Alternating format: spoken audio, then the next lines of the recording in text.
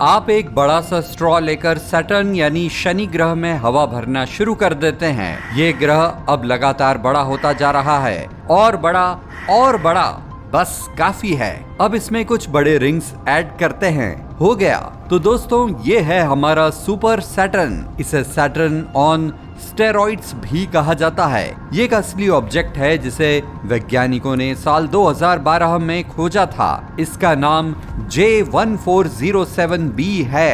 हालांकि एस्ट्रोनॉमर्स अब भी इस बात को लेकर पुख्ता नहीं है कि ये असल में क्या है। यह हमारे सोलर सिस्टम में जुपिटर या सैटर्न की तरह एक बड़ा गैस का गोला हो सकता है। अगर ऐसा है तो इसकी सतह ठोस नहीं होगी। अगर आप इस ग्रह पर पैर रखने की कोशिश करेंगे तो आप सीधा इसके कोर पर जाके गिरेंगे। लेकिन ये ब्राउन ड्वार्फ भी हो सकता है। ये किसी बड़े ग्रह और किसी तेज चमकते तारे के बीच की कोई चीज हो सकती है। ये काफी भारी होता है और इसमें थर्मोन्यूक्लियर रिएक्शन होते हैं, जैसे कि अंदरूनी सितारों में होते हैं। लेकिन ब्राउन ड्वार्फ्स के चमकने और हीट एमिट करने के लिए इन रिएक्शंस की पावर बहुत कमजोर है।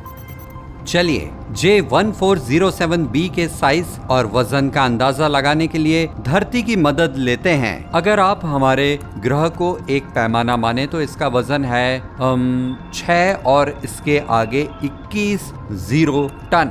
हमारा ग्रह लगभग 12,700 किलोमीटर बड़ा है। जुपिटर हमारे सोलर सिस्टम का सबसे बड़ा ग्रह है। इसका डायमीटर धरती से 11 गुना बड़ा है। ये 318 गुना भारी भी है। अगर जुपिटर को कोई बाल्टी माने तो उसमें धरती को करीब 1321 बार रखा जा सकता था। और आज का हीरो है सुपर सैटर्न। ये जुपिटर से करीब 20 गुना बड़ा है। संतुलन बनाए रखने के लिए आपको इसके दूसरी तरफ धरती के साइज के बराबर की कोई चीज करीब 6360 बार रखनी होंगी। इस ग्रह के रिंग्स इतने चौड़े हैं कि अगर वे सोलर सिस्टम में होते तो सूरज और धरती के बीच की आधे से ज्यादा जगह घेर चुके होते।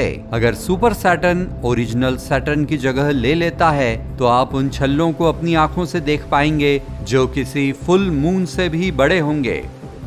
हो सकता है ये रिंग्स उस तरह नजर आए जैसे हमारे सैटर्न के चारों तरफ नजर आते हैं। एक थ्योरी के मुताबिक ये किसी चंद्रमा के टुकड़े हैं जो कभी वहां मौजूद होगा। इसका ऑर्बिट स्टेबल नहीं होगा और समय के साथ मून उस बड़े ग्रह की टाइडल फोर्स से अलग हो गया जिसमें वो ऑर्बिट करता था। चांद के छोटे छोटे टुकड़ों ने इस बड़े ग्रह के ऑर्बिट में अपनी जगह बना ली। वे किसी ब्लेंडर की तरह एक दूसरे से टकराए। कुछ समय बाद वहां सिर्फ धूल और बर्फ के टुकड़े बचे जो इस बड़े ग्रह के चारों तरफ घूम रहे थे। एक और थ्योरी से पता चलता है कि ये रिंग्स तब बने थे जब ये मून किसी एस्ट्रॉइड या दूसरे मून से टकराया था, जिसके बाद ग्रेविटी ब्लेंडर ने चांद के मलबे को रिंग्स में बदल दिया। कुछ वैज्ञानिकों का मानना है कि रिंग्स तभी बन गए थे जब ग्रह खुद बना था। वो प्लैनेटरी नेबुला के टुकड़े हैं जिसमें गैस के बादल, स्पेस डेब्रीज और धूल शामिल है। बाद में ये सिकुड़कर सॉलिडिफाई हो गए और एक ग्रह बन गए।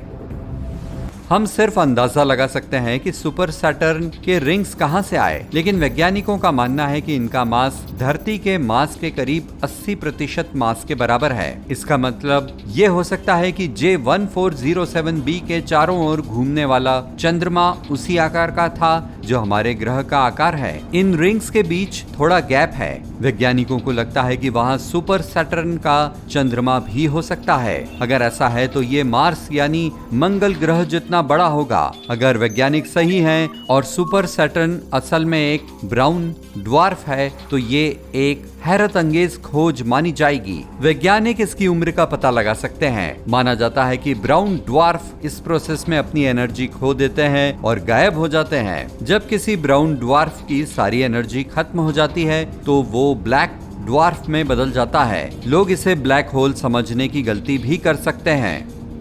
हम अभी तक यूनिवर्स में कहीं भी ब्लैक ड्वार्फ की खोज नहीं कर पाए हैं क्योंकि उन्हें बनने में खरबों साल लगते हैं। हमारे यूनिवर्स से भी पुराने कई यूनिवर्स हो सकते हैं। यूनिवर्स बनने के दौरान जो भी तारा मौजूद था वो ब्लैक ड्वार्फ नहीं बन सकता था। यूनिवर्स में सबसे पुरानी चीज ये व्हाइट ड्वार्फ है जिसका काफी लंबा चौड़ा नाम WD0346+246 है। ये लगभग 11 से 12 अरब साल पुराना है और हमारे सूरज जितना ठंडा है ये अभी भी ठंडा हो रहा है। इसे ब्लैक ड्वार्फ में बदलने के लिए 10 खरब साल लगेंगे। तुलना के लिए यूनिवर्स 14 अरब साल पुराना है। साइंटिस्ट का मानना है कि ब्लैक ड्वार्फ कई खरब साल तक मौजूद रहेगा, जो डार्क मैटर को फीड करता है। उसके बाद इसके प्रोटॉन मैटर के सबसे छोटे पार्टिकल्स खराब होने लगेंगे और फिर ब्लैक ड्वार्फ एवोपरेट हो जाएगा। इसमें लगने वाला समय करीब 10 में 49 जीरो बढ़ाकर जो संख्या मिलेगी उतने साल के बराबर होगा।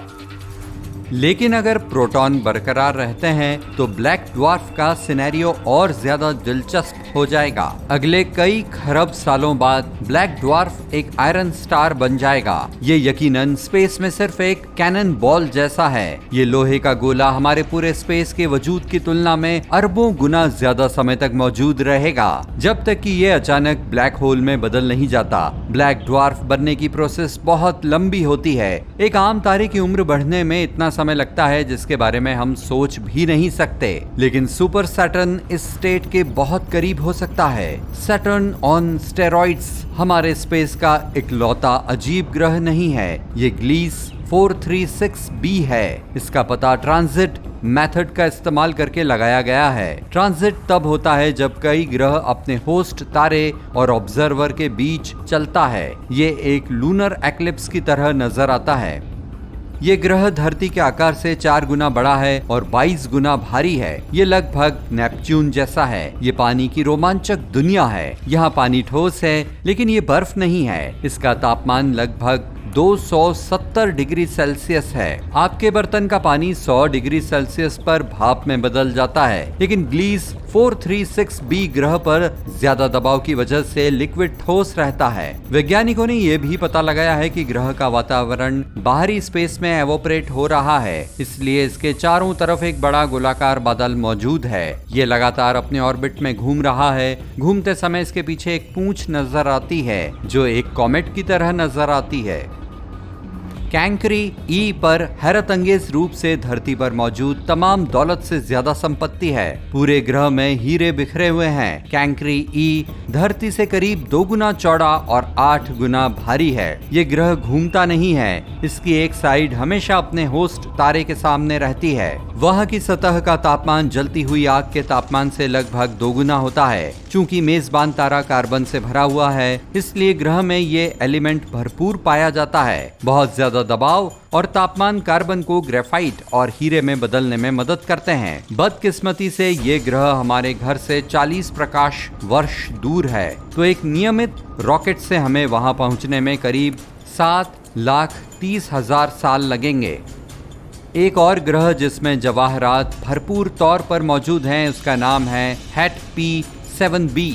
ये धरती से लगभग 1000 प्रकाश वर्ष दूर है। ये जुपिटर से करीब 60% बड़ा है और लगभग 2 गुना भारी है। ये ग्रह अपने होस्ट तारे के इतना करीब है कि ये पृथ्वी का चक्कर सिर्फ 2 दिनों में लगा लेता है। तारे के इतने करीब होने की वजह से हैट P7b किसी व्हाइट ड्वार्फ जितना गर्म है। अगर आप इस ग्रह के रात के हिस्से को देखें तो आपको इसमें बेहद अलग और असामान्य बादल दिखाई देंगे। साइंटिस्ट का मानना है कि ये बादल कोरंडम मटेरियल से भरपूर हो सकते हैं। रूबी और नीलम को इसी से बनाया जाता है, इसलिए मुमकिन है कि वहाँ बहुत महंगे और शानदार धातुएं या मेटल मिलते होंगे।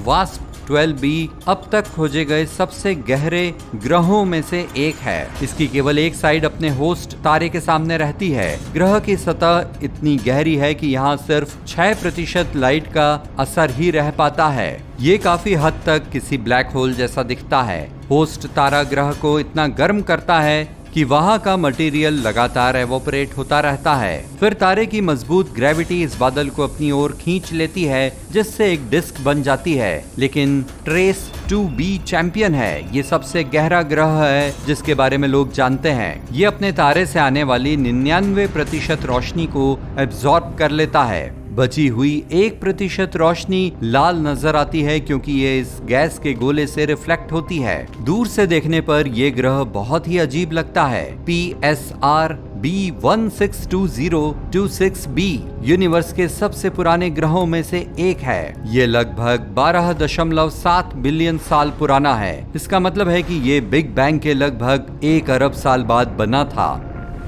ये ग्रह इतना पुराना है कि इसके 2 होस्ट सितारों के पास इवॉल्व होने का समय था। एक व्हाइट ड्वार्फ है, दूसरा एक पल्सर है जो हर सेकंड लगभग 100 चक्कर लगाता है। इस ग्रह पर हैरत अंगेज सनराइज होते होंगे। अभी ये स्टार सिस्टम तारों के घने समूह की ओर बढ़ रहा है। इससे एक स्टेलर कोलिजन हो सकता है। इस ग्रह की किस्मत के बारे में किसी को मालूम नहीं है। केपलर 438b पृथ्वी से सबसे ज्यादा मिलते जुलते ग्रहों में से एक है। ये अपने होस्ट स्टार से सिर्फ 12% बड़ा है और इसके रहने लायक इलाकों में मौजूद है, न बहुत करीब और न ही बहुत दूर। यहाँ गर्मी की वजह से पानी एवोपरेट नहीं होता है और ठंड की वजह से बर्फ नहीं बनता है। ये ग्रह अपनी सतह पर लाइफ को होस्ट कर सकता है। आने वाले समय में ये इंसानों का नया घर भी बन सकता है, लेकिन लोगों को इस ग्रह तक पहुँचने में लगभग 470 साल लगेंगे, चाहे हम लाइट की स्पीड से ही यात्रा क्यों ना करें, जो फिजिक्स के नियमों की वजह से नामुमकिन जैसा है।